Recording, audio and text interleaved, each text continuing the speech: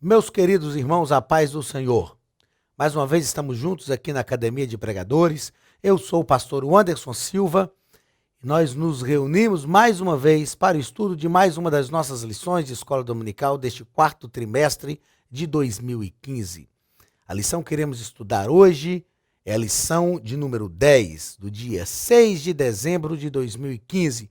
O título da nossa lição é A Origem da Diversidade Cultural da Humanidade. A origem da diversidade cultural da humanidade. O nosso texto áureo, que está em Gênesis capítulo 11 e o versículo 6, nos diz o seguinte: Eis que o povo é um, e todos têm a mesma língua, e isto é o que começam a fazer. E agora não haverá restrição para tudo o que eles intentarem fazer.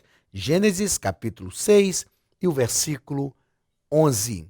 Vamos ao ponto central da nossa lição. O ponto central é um ponto sobre o qual a lição gira. O assunto central da lição está alicerçado neste ponto central. E o ponto central da nossa lição nos diz o seguinte: o monolinguismo contribuiu para que a primeira civilização humana se tornasse uma civilização depravada e distante do Criador. A lição deste domingo, a lição de número 10, vai girar em torno disto. Esse monolinguismo contribuiu para que essa sociedade se tornasse depravada, se tornasse cada vez mais distante do seu Criador.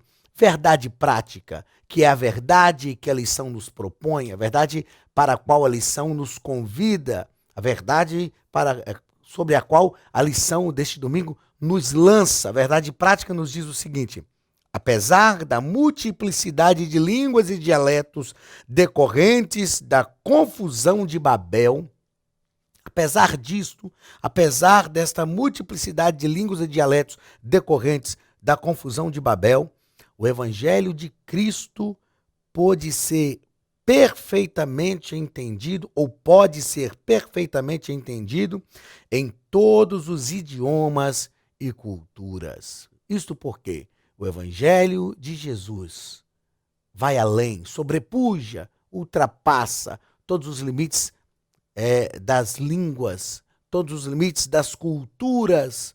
O Evangelho de Jesus pode sobrepujar todos esses limites. Objetivo geral: mostrar como se deu a diversidade cultural da humanidade. Este é o nosso grande objetivo geral nesta lição. Mostrar como isso aconteceu, quando foi que aconteceu e o porquê disso. Mostrar, então, como se deu a diversidade cultural da humanidade. A nossa lição é distribuída em 3 pontos, os quais são: a Torre de Babel, é o primeiro ponto. O segundo ponto vai falar sobre a confusão de línguas e o terceiro ponto vai falar sobre a multiplicidade linguística e cultural. Para cada um destes pontos, nós temos um objetivo específico. O objetivo específico do primeiro ponto é saber a respeito da Torre de Babel. Aqueles que não têm conhecimento, que nunca ouviram falar, e mesmo aqueles que já ouviram falar, terão a oportunidade de saber um pouco mais sobre a Torre de Babel. Segundo objetivo específico, que está ligado ao segundo ponto, analisar como se deu a confusão de línguas. Como se deu?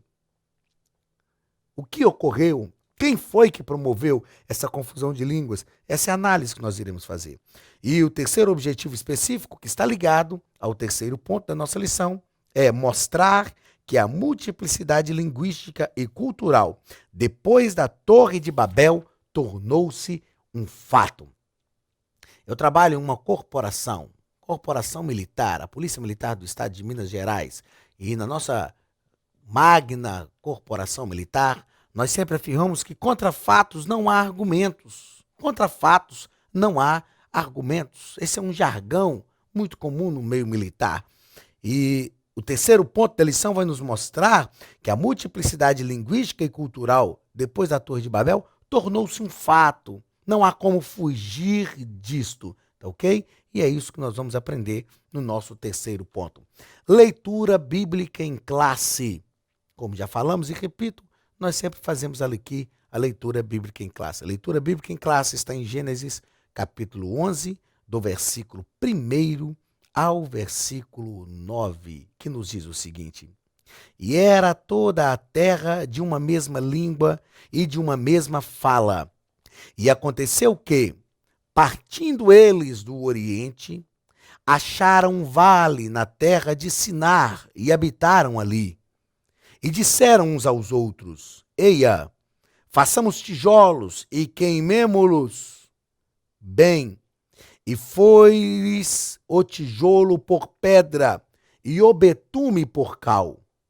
E disseram: Eia, edifiquemos nós uma cidade e uma torre, cujo cume toque nos céus, e façamos um nome para que não sejamos espalhados sobre a face da terra. Então desceu o Senhor para ver a cidade e a torre que os filhos dos homens edificavam. E o Senhor disse: Eis que o povo é um, e todos têm a mesma língua, e isto é o que começam a fazer. E agora não haverá restrição para tudo o que eles intentarem fazer. Eia, desçamos e confundamos ali sua língua, para que não entenda um a língua do outro. Assim, o Senhor os espalhou dali sobre a face de toda a terra, e cessaram de edificar a cidade. Por isso se chamou o seu nome Babel, porquanto ali confundiu o Senhor a língua de toda a terra, e ali os espalhou o Senhor sobre a face de toda a terra. Leitura bíblica em classe, Gênesis capítulo 11, do versículo 1 ao versículo 9. Meus queridos irmãos, nossos queridos alunos aqui da Academia de Pregadores, façamos algumas considerações pertinentes antes mesmo de entrarmos na introdução da nossa lição, no conteúdo da lição propriamente dito. Primeira consideração pertinente está ligada ao versículo 2 da leitura bíblica em classe, Gênesis capítulo 11, o versículo 2. E aconteceu que, partindo eles do Oriente, acharam um vale na terra de Sinar e habitaram ali. A Bíblia nos fala que, quando Noé saiu da arca com a sua família, a ordem de Deus para Noé e seus filhos é que eles povoassem a terra, que eles povoassem. A Bíblia diz que eles saem do Oriente, acham um vale na terra de Sinar e eles resolvem habitar ali. Talvez, se fosse tão somente habitar naquele lugar e não construir uma torre, não ter essa intenção de tornar o seu nome célebre, o seu nome importante, talvez tudo daria certo. Mas eles estavam desobedecendo às ordens de Deus. Deus tinha mandado se espalharem e eles estavam novamente se agrupando, se reunindo. Mais uma vez o ser humano tentando descumprir a ordem de Deus, quebrar a ordem de Deus. Mas o Senhor iria intervir. Olha o que esses homens dizem: Eia, edifiquemos nós uma cidade, uma torre, cujo cume toque nos céus, e façamos um nome para que não sejamos espalhados sobre a terra. Tem uma outra versão da Bíblia que diz assim, eles se reúnem e dizem: façamos o nosso nome célebre. Essa é uma consideração muito importante a fazer, porque o que aqueles homens intentaram na Torre de Babel, nós vemos cumprir-se em Cristo, em Filipenses, no capítulo 2.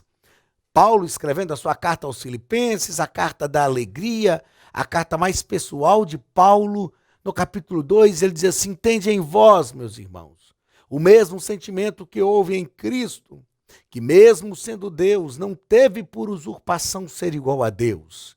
Antes, aniquilou-se ou esvaziou-se a si mesmo e assumiu a forma humana, e na forma humana a si mesmo se humilhou até a morte, morte de cruz.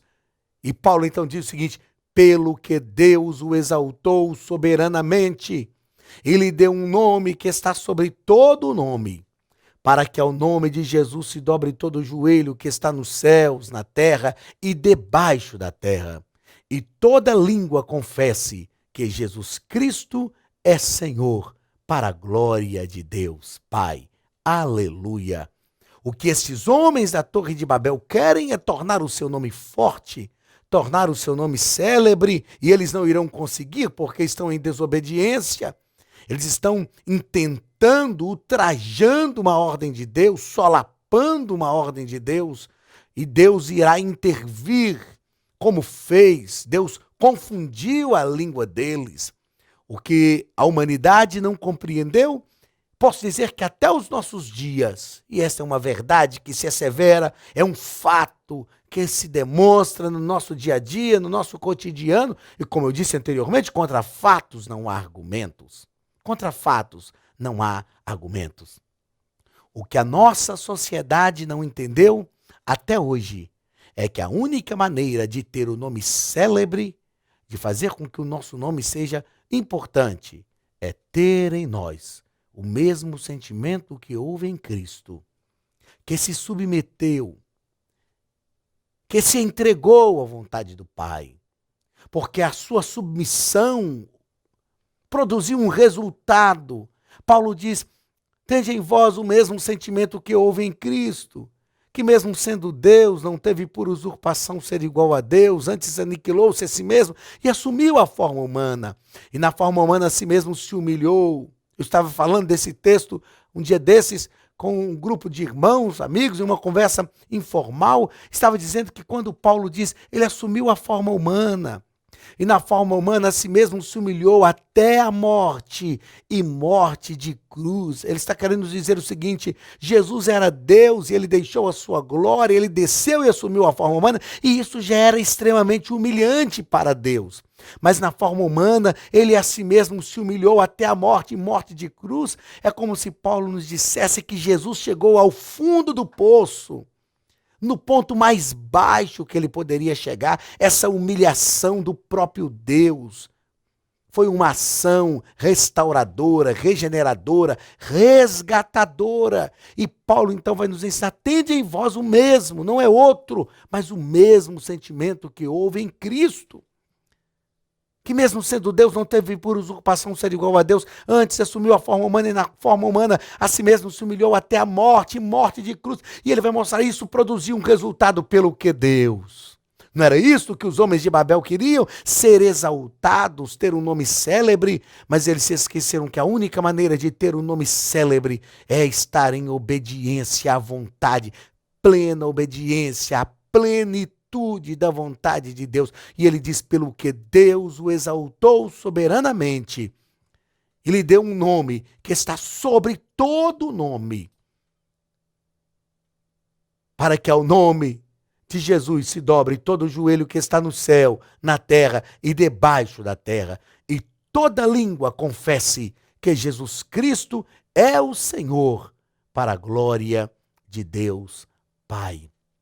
O que estes homens de Babel precisavam entender é que a única maneira de tornar o seu nome célebre era estar em plena obediência à plena vontade de Deus para a sua vida.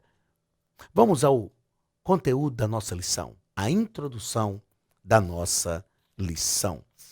Na nossa introdução, nosso comentarista, pastor Cláudio Honor de Andrade, ele vai nos dizer que, temendo um novo dilúvio e recusando-se a povoar a terra, esses homens, essas pessoas na Torre de Babel, puseram-se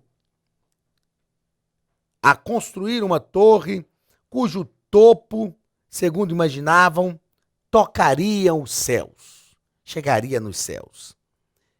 Percebam, meus queridos, que o nosso comentarista, com muita propriedade, vai nos dizer que o que eles estavam fazendo, eles faziam porque tinham medo.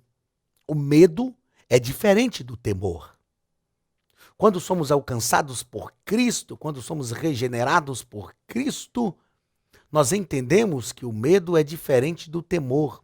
Porque a Bíblia nos diz que o amor lança fora todo o medo. O amor lança fora todo o medo. Salomão, escrevendo em Provérbios, ele nos diz que o temor do Senhor é o princípio da sabedoria. Meu querido, O que tem tomado conta do teu coração? O temor ou o medo? O que tem direcionado os teus atos e a tua vida? O medo é perturbador. Quando Jesus nos contou a parábola dos talentos, ele disse que um certo senhor distribuiu talentos para 3 dos seus empregados. E a cada um ele deu uma quantidade de talentos. Para aquele que ele deu um só talento, quando ele chegou para cobrar, quando ele chegou para reaver o seu talento, ele não tinha adquirido nada. Os outros 2 funcionários dobraram os talentos recebidos, ou seja, granjearam 100%. Mas aquele que recebeu um só talento, ele estava tomado pelo medo. E a Bíblia nos diz que quando o Senhor, a parábola nos diz que quando o Senhor foi inquiri-lo, ele disse: eu sei que o Senhor coloca onde não põe, eu sei que o Senhor colhe onde não planta, e por isso eu tive medo e escondi o talento na terra. E o Senhor então diz àquele funcionário, servo mau e infiel, se você tivesse pelo menos emprestado o meu dinheiro, eu teria os juros. Mas porque você não fez isso, não granjeou nem mais um talento, você será lançado nas trevas exteriores. Quantas pessoas que por não compreenderem a graça de Deus e o grande amor do Senhor, têm o seu coração tomado pelo medo, mas o amor lança fora todo medo. É preciso que você entenda que Jesus te ama, que Ele te amou e que Ele já nos livrou, Ele já nos libertou do medo. O que deve tomar conta do nosso coração deve ser o temor do Senhor. Esses homens da Torre de Babel, por não nutrirem uma comunhão com Deus, por não estarem próximos de Deus, eles tiveram medo. E onde o medo está, o amor de Deus não pode dominar. Mas quando o amor de Deus chega, nós podemos nos libertar do medo. Que eu e você não tenhamos medo, mas que nós tenhamos o temor do Senhor em nosso coração, pois Ele é o princípio da sabedoria. Primeiro ponto da nossa lição, o comentarista vai falar sobre a Torre de Babel. E ele vai então nos descrever o que foi a Torre de Babel, quando foi que ela aconteceu, em que momento que isso se deu. E no primeiro parágrafo, fazendo essas descrições, ele vai nos falar sobre o monolinguismo. O que ele está nos ensinando? Que a terra falava uma língua só, uma só linguagem. Sem dúvida nenhuma, uma das grandes barreiras entre os povos é a língua. A cultura também, mas é a língua. Que a língua, a nossa linguagem é a nossa maior ferramenta de comunicação. É a melhor maneira que nós nos comunicamos. E se nós não conseguimos falar bem uma outra língua, ou se nós não conseguimos sequer nos comunicar em outra língua, isso dificulta algumas situações, né? Eu já passei por algumas situações difíceis pela dificuldade de me comunicar em um outro país. Mas o mundo falava uma só língua. E isso facilitava a comunicação entre as pessoas. Isso era uma bênção. Já pensou o nosso mundo hoje comunicando em uma só língua, sem que nós precisássemos aprender um outro idioma? Que bênção que era isto. Mas esta civilização pós-diluviana teve a capacidade de transformar as bênçãos de Deus em maldições. Transformar os favores de Deus em coisas difíceis, complicadas. Usaram a facilidade que Deus estava promovendo para todas as nações daquela terra, para o mal, para o pecado. E Deus então iria intervir de forma exemplar. Deus iria intervir de forma exemplar. O nosso segundo parágrafo vai falar sobre uma nova apostasia. E o nosso comentarista vai então nos colocar o seguinte: se por um lado o monolinguismo facultava a rápida disseminação do conhecimento, por outro propagava com a mesma rapidez as apostasias da nova civilização. Eu disse agora há pouco que essa civilização pós-diluviana usou as facilidades que Deus lhes dava para cometerem pecados, para se apostatarem. transformaram as bênçãos de Deus em maldição. Infelizmente, isso ocorre até os nossos dias. Por exemplo, nós temos todo um aparato tecnológico hoje e muitos têm usado esse aparato tecnológico não para promover o bem, não para promover o crescimento do reino de Deus, mas têm usado esse aparato tecnológico para o pecado. Há alguns meses atrás, os hackers entraram num site de relacionamentos extraconjugais, um site norte-americano, e disseminou no mundo inteiro. Teve pessoas que suicidaram nos Estados Unidos, brasileiros com medo dos seus segredos serem divulgados. Por quê? Porque o ser humano está usando todo o aparato, toda a facilidade tecnológica que Deus tem nos promovido através da inteligência da mente humana. Ao invés de usarmos isto para o bem, muitas vezes estamos usando para o mal. Muitas vezes usando para o mal. Grandes descobertas, como a descoberta da pólvora, por exemplo, que facilitou arrebentar pedras para construir estradas, transformar algumas situações, foi usada para o mal. As pessoas fizeram armas e nós vemos aí quantas desgraças que tudo isso promoveu até os nossos dias. O que isso vai nos mostrar? Que essa civilização pós-diluviana tinha uma grande facilidade para pecar. Eles eram persuadidos de forma muito fácil. E esta ainda é uma característica da nossa sociedade, mas que pode ser mudada, transformada pelo poder da palavra de Deus e pelo ensinamento genuíno das Escrituras. Lembro-me de um texto de Amós, foge-me a memória, qual capítulo, se não me falha a memória, o capítulo 3, Amós fala com o povo de Israel que o amor deles pelo Senhor era como a névoa da manhã, que se passava muito fácil. Essa civilização, essa sociedade, essa comunidade, essas nações pós-diluvianas tinham grande facilidade para o pecado. Quantos em nossos dias também têm grande facilidade por pecar? Costumo dizer que tem muitas pessoas que o diabo nem precisa insistir demais, nem precisa tentá-las com grande insistência, de forma incisiva, que elas estão mais propensas ao pecado do que propensas à vontade de Deus. Que nós aprendamos com essa civilização pós-diluviana que Deus não deixará impune. Deus não deixará impune. Meus queridos alunos aqui da nossa Academia de Pregadores, quantas pessoas que nos nossos dias têm medo de dizer a verdade. Mas uma coisa é certa, nós precisamos anunciar que Deus não tem o culpado por inocente.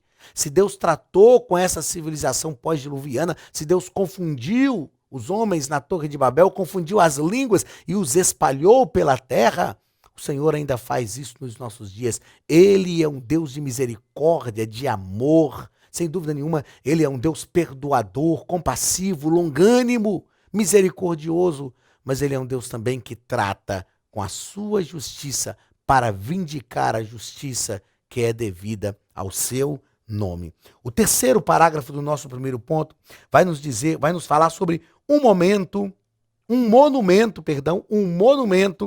à soberba humana.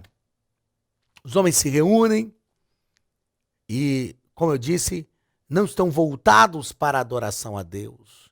E eles resolvem construir uma torre, edificar uma cidade forte, dizendo, vamos construir para que o nosso nome seja célebre. Não, eles não estavam satisfeitos tão somente em serem arrogantes, não estavam satisfeitos tão somente em serem soberbos, mas eles queriam construir um monumento, algo que realmente mostrasse a grandeza do seu nome, um monumento à soberba humana. Quando nós estudamos espiritualidade cristã, e esta matéria será uma matéria em breve de um dos nossos cursos aqui na Academia de Pregadores, nós aprendemos que quando nós observamos a natureza, nós vemos a mão de Deus. Mas nas nossas cidades nós temos cada vez menos lugares onde a natureza tem realmente o seu habitat natural. A natureza está sendo destruída para grandes construções, grandes edificações. E quando nós vemos um prédio com arquitetura magnífica, isso nos faz lembrar a mão do homem e não a mão de Deus. E nós automaticamente pensamos, puxa vida, mas quem foi o engenheiro, quem foi o arquiteto? Eu sou um admirador da engenharia, da construção civil. E quantas obras são magníficas, a arquitetura enche os meus olhos. E às vezes nós olhamos grandes feitos arquitetônicos e isso nos lembra a mão do homem. E nós então falamos, puxa vida, o homem que construiu isso, as pessoas que fizeram isso são magníficas. É isso que eles queriam fazer. Fazer uma grande torre. É lógico que ela não tocaria ao céu. Lógico que não, nós sabemos, mas na mentalidade arrogante, soberba daqueles homens, eles imaginaram, nós podemos construir uma torre que chegue aos céus. Quando vier o dilúvio, se vier outro dilúvio, nós escaparemos. E aquele seria um monumento à soberba. Mas a Bíblia diz que Deus abate os soberbos. Deus exalta o humilde, mas ele abate os soberbos. E o nosso comentarista nos coloca aqui que apesar das garantias divinas que não haveria outro dilúvio, os filhos de Noé, os seus descendentes, é lógico, buscavam agora concentrar-se num lugar alto e forte. Chama minha atenção a maneira como Satanás, o inimigo das nossas almas, age na vida da humanidade ao longo da história, o modus operandi, a maneira semelhante como ele age. Lá no Éden, ele disse, a serpente, conversando com Eva, disse, olha, o que foi que Deus disse? Que vocês podiam comer de todos os frutos do jardim? E Eva disse, não, o Senhor disse que nós podíamos comer de todos, menos da árvore do conhecimento do bem e do mal. E a serpente não diz, não, vocês não vão morrer. Vocês não vão morrer. Deus disse que vocês vão morrer, mas vocês não morrerão. Deus sabe que no dia que vocês comerem do fruto, vocês serão iguais a Deus, conhecedores do bem e do mal. E aquele primeiro casal pecou. Se você analisar a tentação sobre a qual Jesus foi submetido no deserto, o diabo tentou Jesus da mesma forma. Lá no Éden, ele colocou em dúvida uma palavra de Deus que o Senhor tinha dito como certa: vocês certamente morrerão. Lá na tentação de Jesus, Jesus tinha saído do Rio Jordão, passado pelo batismo, e o Espírito veio sobre ele na forma corpórea de uma pomba. Ouviu-se uma voz do céu dizendo: este é o meu Filho amado em quem me comprazo. Jesus é conduzido ao deserto para ser tentado, ele é conduzido pelo Espírito ao deserto para ser tentado.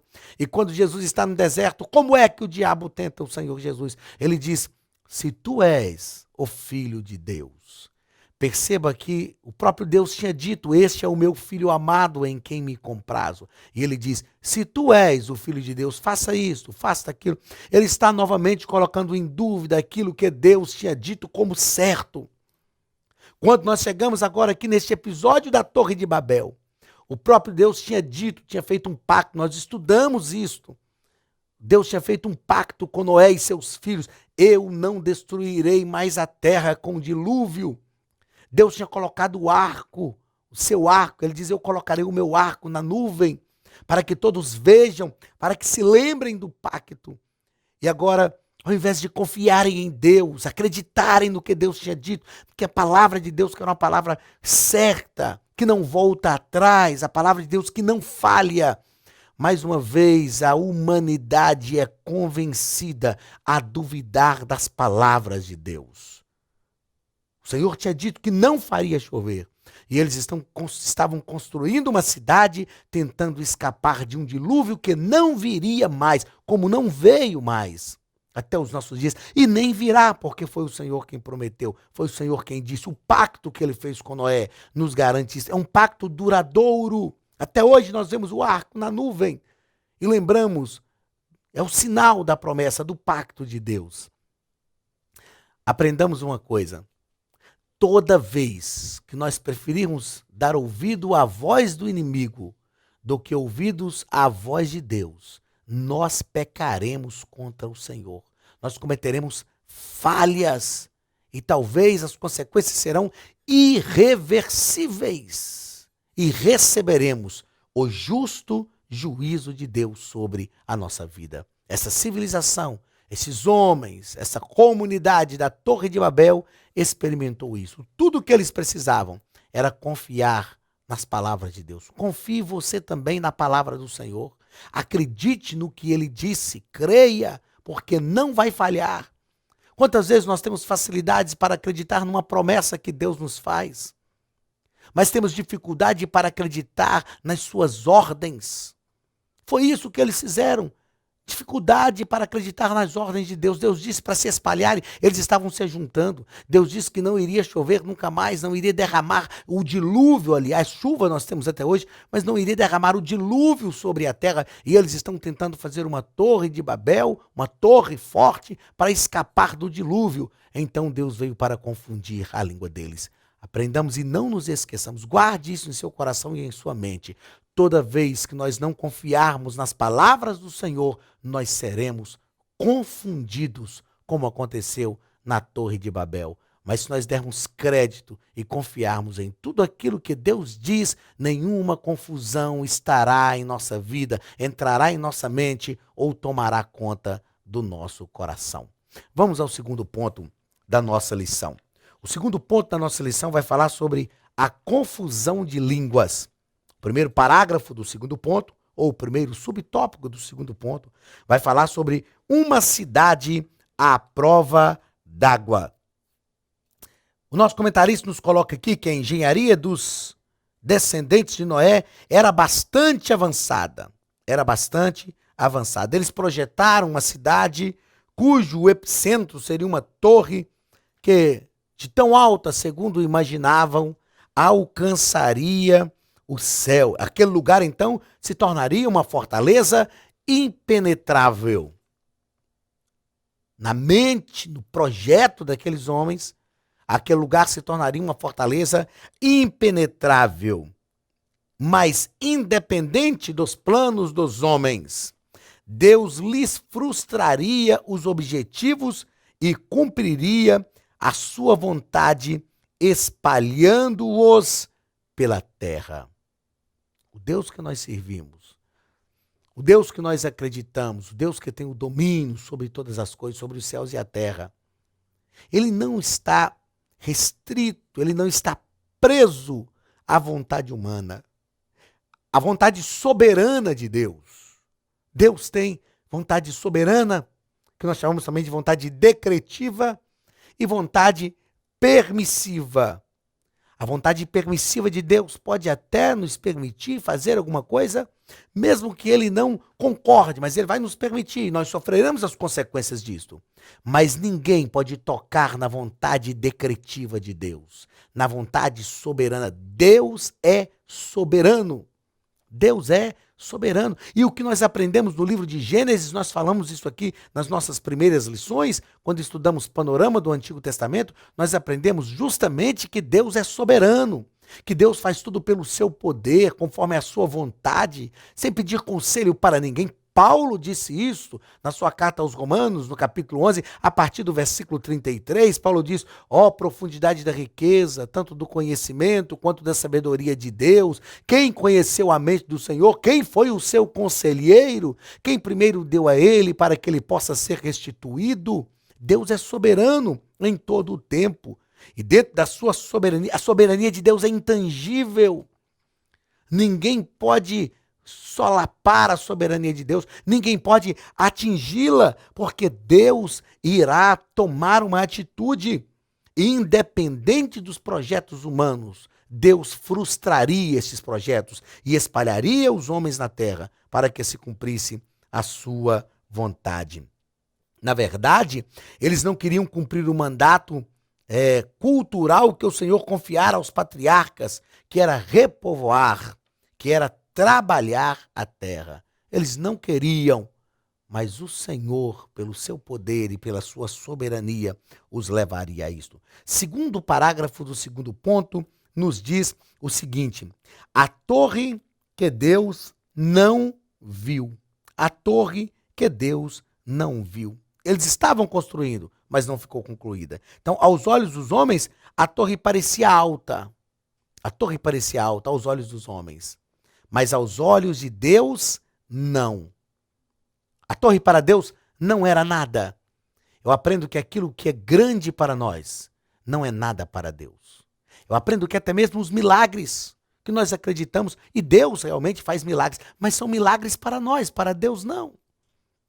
Ressuscitar alguém, para nós é um milagre, mas para Deus não. Para Deus ressuscitar, para o Senhor curar alguém, ele está tão somente executando aquilo que ele é, ele está assumindo a sua personalidade divina. Não nos esqueçamos jamais que as coisas que são grandes para nós podem não ser nada para Deus, nada. Assim são os projetos firmados na vaidade humana. O nosso comentarista nos coloca aqui, olha. Aos nossos olhos, muita coisa. À vista de Deus, simplesmente tolas pretensões.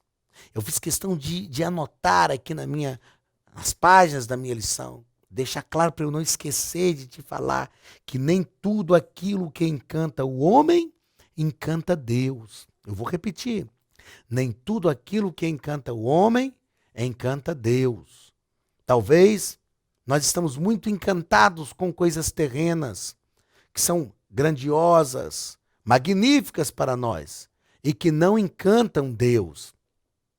Nós precisamos nos encantar com as coisas que encantam Deus, nos interessar nas coisas que também interessam a Deus, participar dos projetos que são projetos de Deus, porque os projetos de Deus são perenes, são eternos, são duradouros, não são efêmeros, não passam da noite para o dia.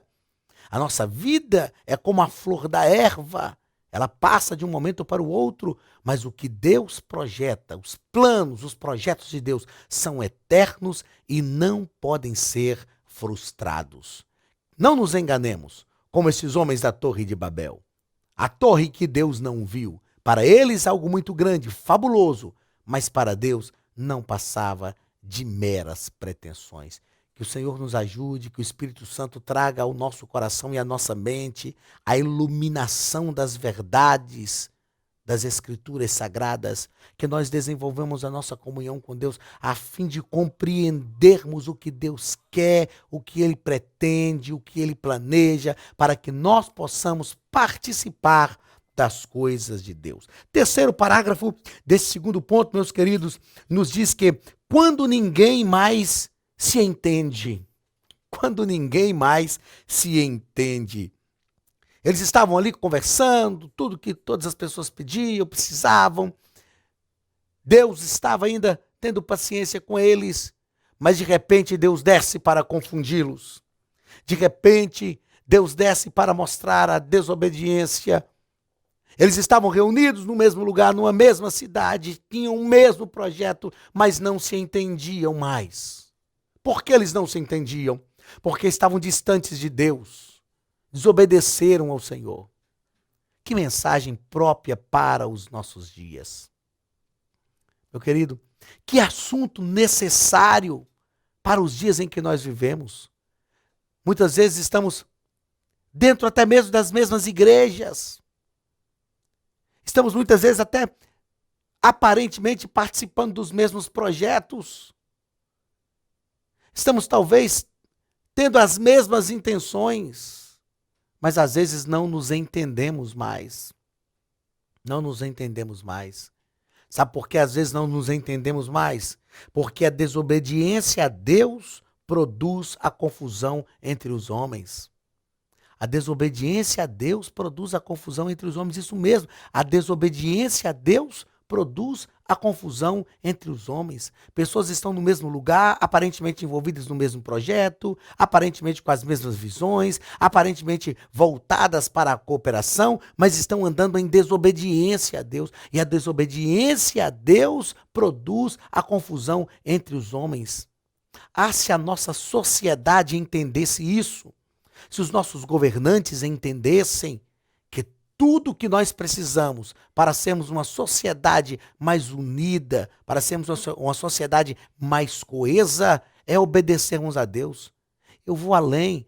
Se cada membro das nossas igrejas compreendessem isso, que tudo que nós precisamos para sermos coesos, como um só corpo, mesmo sendo membros diferentes, como diz o apóstolo Paulo, mas todos voltados para o mesmo objetivo, pensando todos a mesma coisa, como a palavra de Deus nos ensina. Devemos pensar todos uma mesma coisa. Isso fala de unidade, membros diferentes, mas vivendo em unidade. os problemas têm acontecido, os problemas de divisões, os problemas de brigas por coisas tão pequenas têm acontecido porque não entendemos ou nos esquecemos em algumas situações da nossa vida que precisamos obedecer a Deus em tudo. A desobediência a Deus produziu nesta sociedade, nessa civilização aqui deste momento da Torre de Babel, que tentavam construir uma cidade forte dentro de um só projeto, mas em desobediência a Deus. Nenhum projeto pode subsistir se nós desobedecemos a Deus. Nenhuma cidade será forte se nós tentarmos construí-la debaixo da desobediência.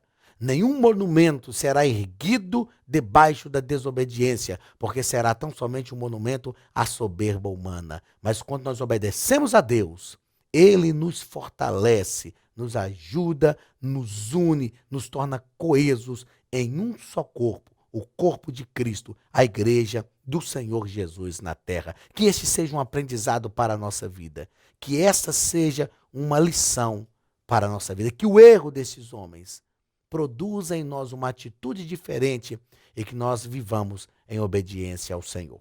Terceiro ponto da nossa lição. Terceiro e último ponto nos vai falar sobre a multiplicidade linguística e cultural. Primeiro parágrafo vai falar sobre linguística, essa barreira idiomática. E o nosso comentarista vai nos colocar que a multiplicidade linguística dos povos oprimidos, porém, torna inviável tal unificação, que há um desejo de unidade, de unificar o mundo. Porém, esta barreira linguística torna inviável esta unificação, ainda que passa a ser considerada duradoura, como foi o Império Romano. Alguns impérios conseguiram quase que unir o mundo.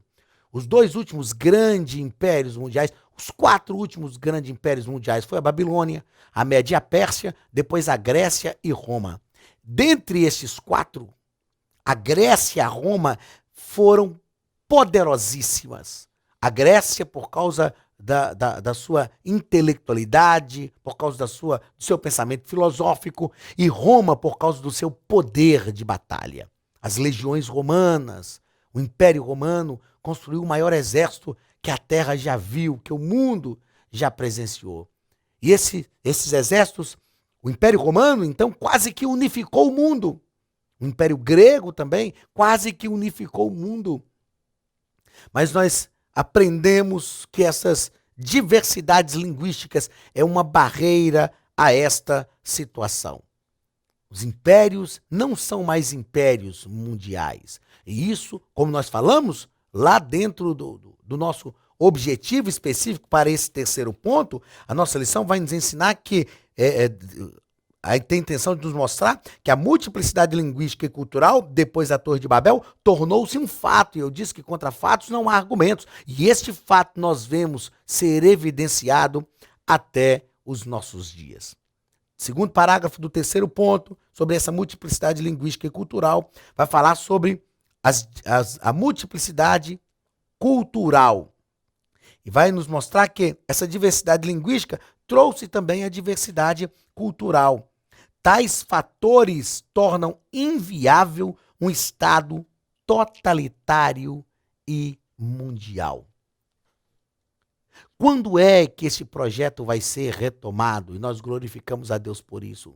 Paulo nos diz em Romanos, no capítulo 8, que toda a criação geme como se estivesse com dores de parto, aguardando a redenção. E nós também, que temos as primícias do Espírito, também gememos. O projeto de Deus é para que o mundo fosse unificado em uma só língua. O projeto de Deus é que tivesse uma só cultura, desde o Éden, quando ele falou com Adão e Eva que eles deveriam povoar a terra. Depois com a família de Noé, quando ele disse que eles também deveriam povoar a terra. E aqui na Torre de Babel eles quebraram isso pela desobediência. E essas dificuldades, essa multiplicidade linguística e cultural se tornou uma realidade. Porém, na última dispensação, a dispensação milenial, Jesus vai governar a terra por 1000 anos e ele vai unir o mundo novamente dentro daquilo que era e que é o projeto de Deus para a humanidade. E nós estaremos com Cristo para a glória do seu nome. O último parágrafo do nosso terceiro ponto vai falar sobre as questões geográficas. E o nosso comentarista nos coloca que se nós acrescentarmos a estas questões linguísticas e culturais as dificuldades geográficas, as dificuldades de fronteiras naturais, rios, mares, vales, cada povo com o seu próprio território. E ele afirma: Deus sabe o que faz. Deus sabe o que faz. Na Torre de Babel, Deus confundiu as línguas, sabendo o que estava fazendo. A conclusão da nossa lição vai nos falar que esse episódio de Babel, como nos diz a verdade prática, não impediu a proclamação do evangelho. E vai citar o dia de Pentecostes. Existem algumas palavras que nós usamos para falar sobre Deus, sobre o sentimento de Deus. E na teologia nós chamamos isso de antropopatismo, que é atribuir sentimentos humanos a Deus.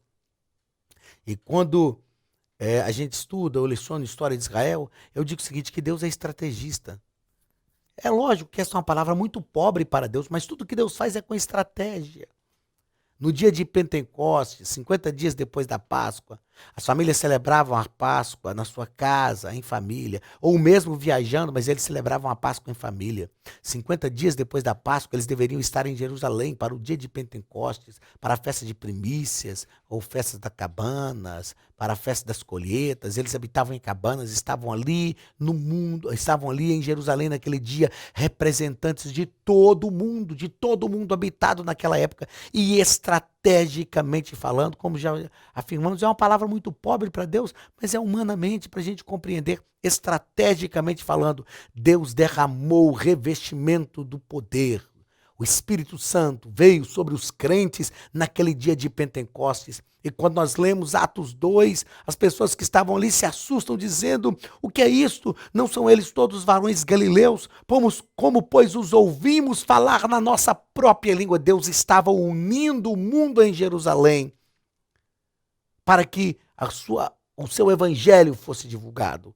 E eles dizem: como pois os ouvimos falar na nossa própria língua? E eles falam das grandezas de Deus. Sabe o que Deus está nos ensinando? Que o poder do evangelho ultrapassa as barreiras da língua, da cultura e as barreiras geográficas, para que o nome de Jesus seja divulgado, conhecido em toda a terra, para que o reino de Deus cresça, se estabeleça e se fortaleça, a fim de que todos saibam que Jesus Cristo é o Senhor, para a glória de Deus Pai. Muito bem, meus queridos, nessa nossa 10ª lição, nós estudamos sobre a origem da diversidade cultural da humanidade. Falamos no primeiro ponto sobre a Torre de Babel, o segundo sobre a confusão de línguas, no terceiro ponto falamos sobre a multiplicidade linguística e cultural, mas nós aprendemos que Deus executou a sua justiça, porém essa confusão de línguas não impediu que o evangelho do reino crescesse e que o nome de Jesus fosse glorificado. Glórias a Deus, a todos os povos, raças, tribos, línguas e nações que já ouviram falar de Jesus, aqueles que não ouviram, que ouvirão. Esse é o esforço missionário da igreja, que o nome do Senhor seja conhecido em toda a terra. Nós louvamos a Deus pela sua vida, glorificamos ao Senhor por você estar conosco mais uma vez. Semana que vem estaremos juntos, estamos quase finalizando o trimestre. Estamos na 10ª lição, falta a 11ª, a 12ª e a 13ª. Não perca o estudo da nossa 11ª lição. Na semana que vem estaremos juntos novamente. Que o Senhor te abençoe, que você ande em obediência a Deus, para que não haja nenhuma confusão em tua casa e em tua vida, pois a desobediência a Deus promove a confusão entre os homens, mas a obediência a Deus nos une, consolida a nossa comunhão. Que o Senhor te abençoe, abençoe a tua casa, abençoe os teus projetos, que o Senhor prospere a tua vida para a glória do nome de Jesus. Receba mais uma vez o meu abraço, o abraço do pastor Anderson Silva, através da Academia de Pregadores. Academia de Pregadores e você, juntos produzindo crescimento para o reino de Deus. Que o Senhor te abençoe e até semana que vem, em nome de Jesus.